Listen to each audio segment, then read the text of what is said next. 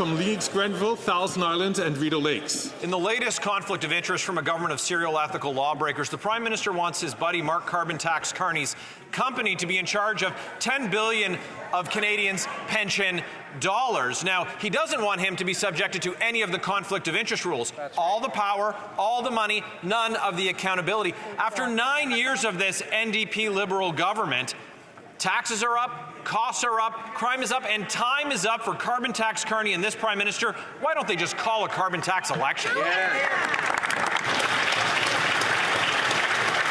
Honourable Government House Leader.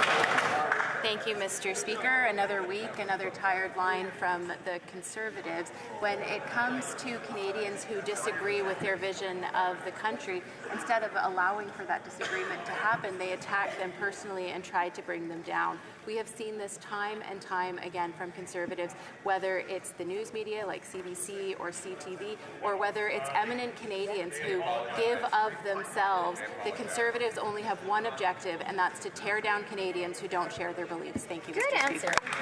The Honourable Member for Leeds, Grenville, Thousand Islands and Rideau Lakes. It's no surprise that that member wants to deflect from her Prime Minister, who was twice found guilty of breaking ethics laws himself, and that's why he's trying to protect his buddy carbon tax Carney from the ethical rules that would, of course, call into question this $10 billion of Canadians' pensions that they want to let him get his hands on in exchange for what? Advice that he's going to give them from Bay Street that everyone on Main Street can just eat cake when they can't afford any more of his rising carbon tax. It's been 9 years of their failed NDP Liberal policies. Canadians are out of money. They're out of time. When can we have an election?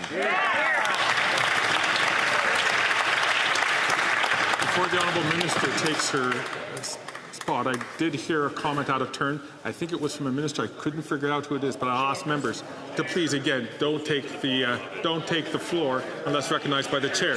The Honourable Leader of the Government in the House of Commons. Thank you, Mr. Speaker. And again, what we see from the Conservative members of Parliament is that they just can't handle being criticized. It's the same way they treat the media. When the media ask them tough questions about what they are putting forward in terms of their agenda for Canadians, what do?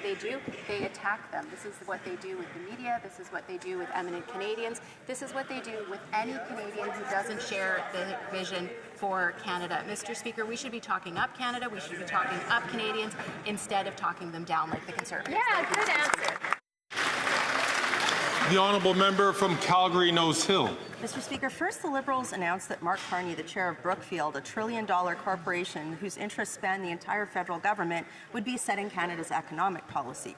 Then news broke that Brookfield had been lobbying for a federally funded multi-billion-dollar investment fund that they would manage. Then, over this past weekend, Mark Carney sent out a fundraising email blast via the Liberal Party's donation list. Interesting.